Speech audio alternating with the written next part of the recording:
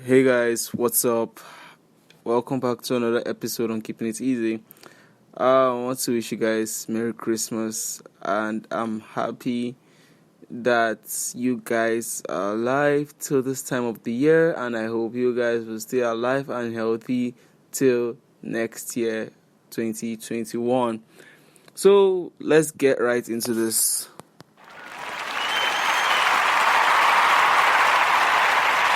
So, from what of the previews I got, right? You guys said I should talk more on my school, how my life was, apart from what had happened between me and my principal.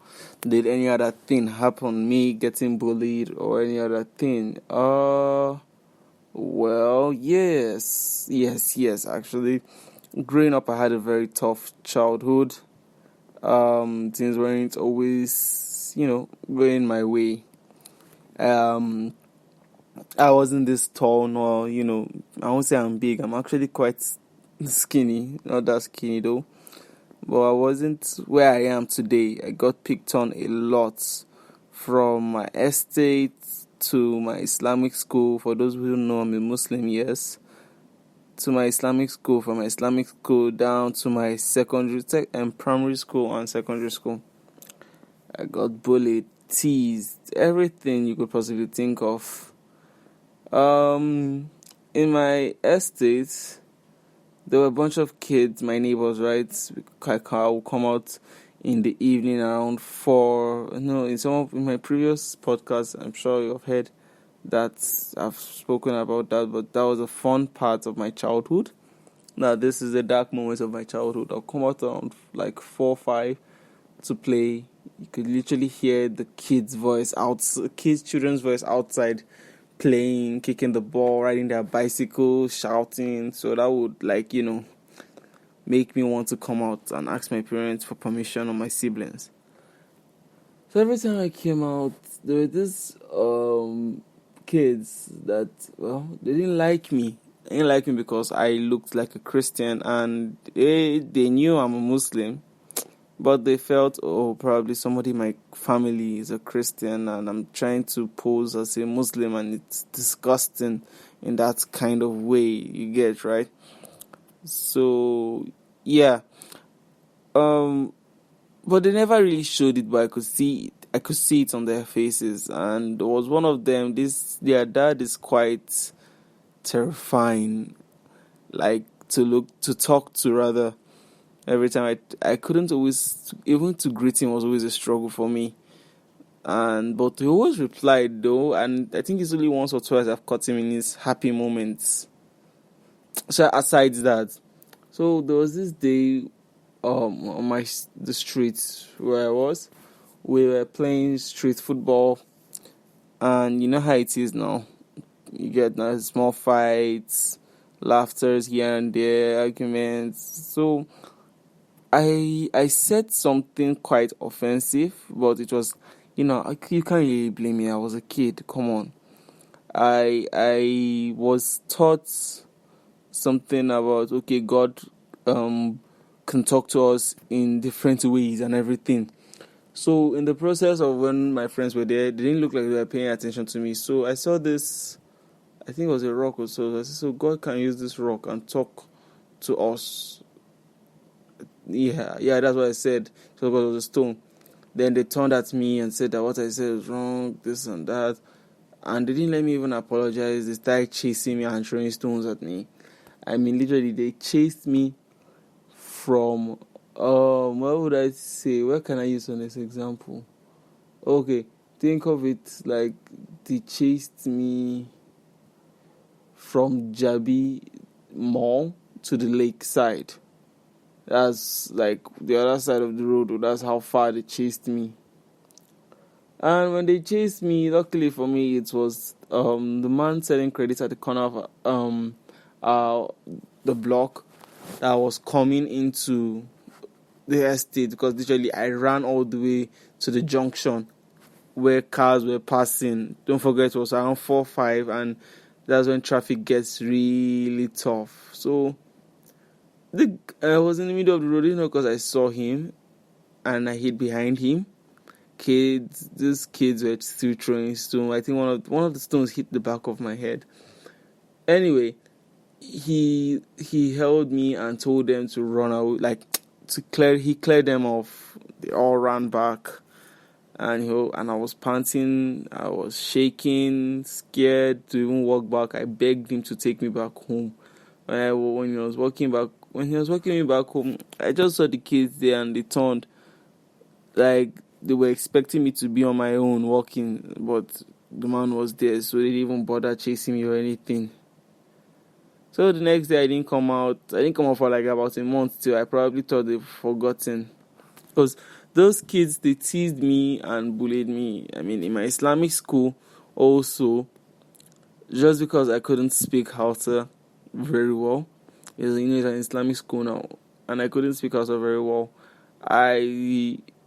There was this thing that they used to tease me when I first wanted to say. I said something in Hausa, and that was the first word I ever said in Hausa. I told the teacher that I want to use the toilet, so I said it in Hausa. Sorry, I can't really say it here to you guys, because even up to now, my Hausa sounds somehow.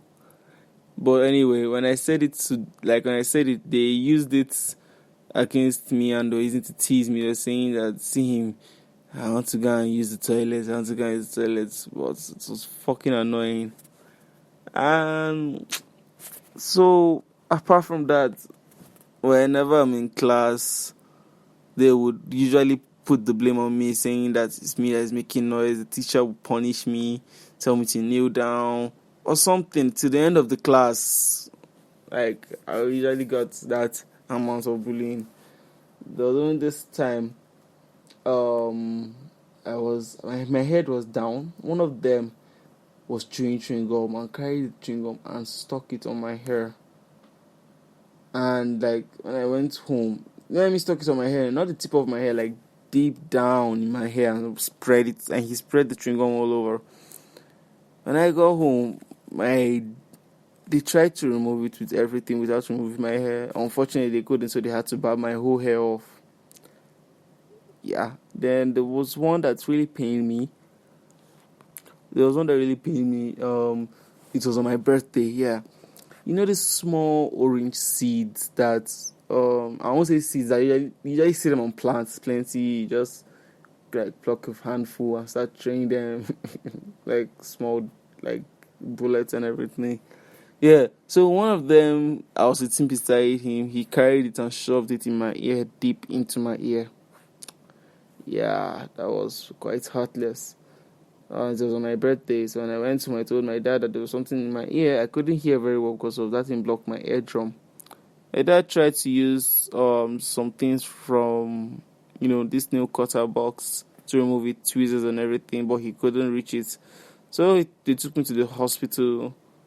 I had to wait in a queue, but because of when a queue and no doctor saw us, said that what happened to your son? Said that this inside. I said no, don't put your son yet. You're taking him to the emergency. That's quite dangerous.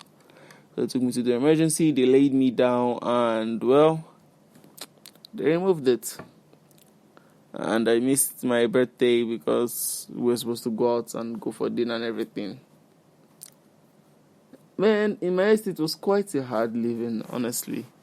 There was also another time coming back from Islamic school, and what happened again?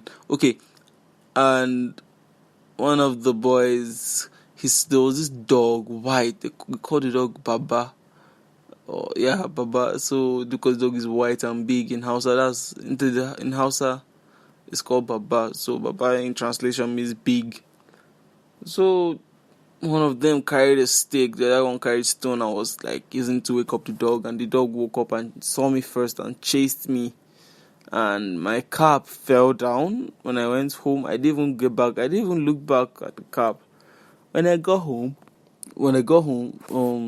my dad asked me, where's my cap? And I was like, dog chased me and it fell down. And my dad, this man, told me, go back and go and get it. I'm like, there is a dog. He said he doesn't care. Go and get your cap. And I'm like, are you for real? What if this dog bites me or something at worst? He said, It's not his business. Go get it. I'm like, wow, you win the best father of the year. So as I went back, the dog was beside the cab. I didn't know what to do. I looked left and right, hoping for an adult to come to help me. Luckily for me, I saw the person that controls the dogs, like a dog charmer rather.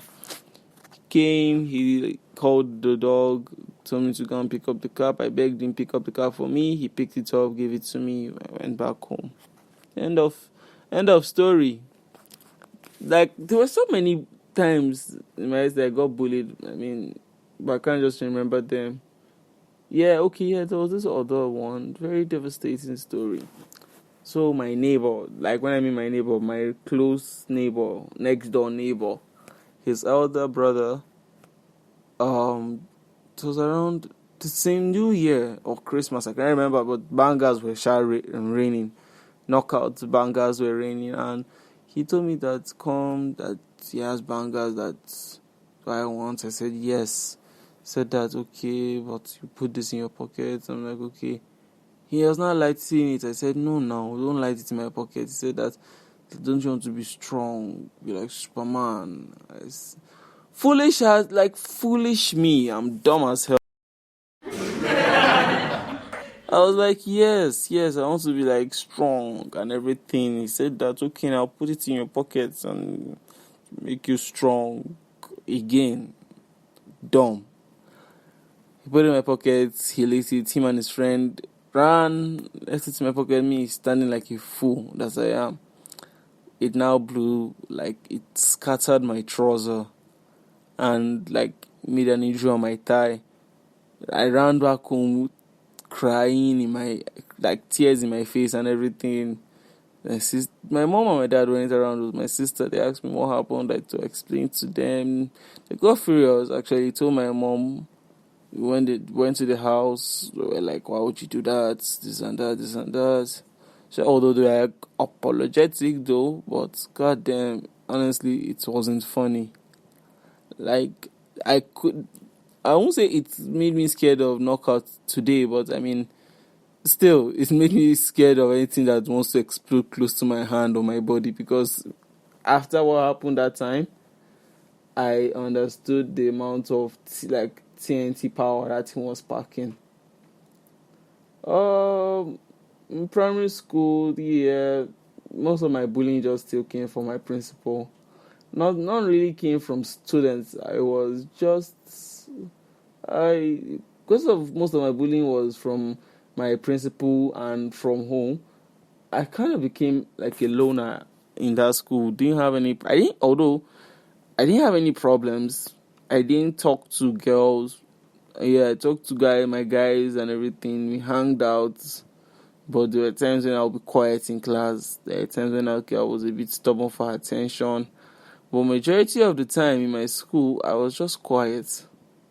Most of you might think that, yeah, I'm stubborn. Yes, I'm stubborn, but I mean, like I told you, it's all this bullying and all this trauma made me a quiet person. And because I was quiet, I began to pick up some skills on how to be quiet and also be social. When I mean social, I began to be quiet and observe people from a safe distance, because if it was probably the old me, I would have run. Did I say run? God Almighty, I just blew back. Okay, I would have run into like every relationship I wanted to start with, like friends. I'll just be like, "Hey, how are you?" Instead of me just sitting afar and watching how you function, how you are, how you behave. So, yeah, I had a pretty rough childhood, but also nice memories though. Don't worry, probably today, later in the daytime, since it's Christmas, I'll be my special guest to be coming over and would talk about something quite interesting. Alright, guys, have a nice Christmas, and please keep my Christmas chicken and goat for me. I'll be coming for it. Bye. Take care, guys.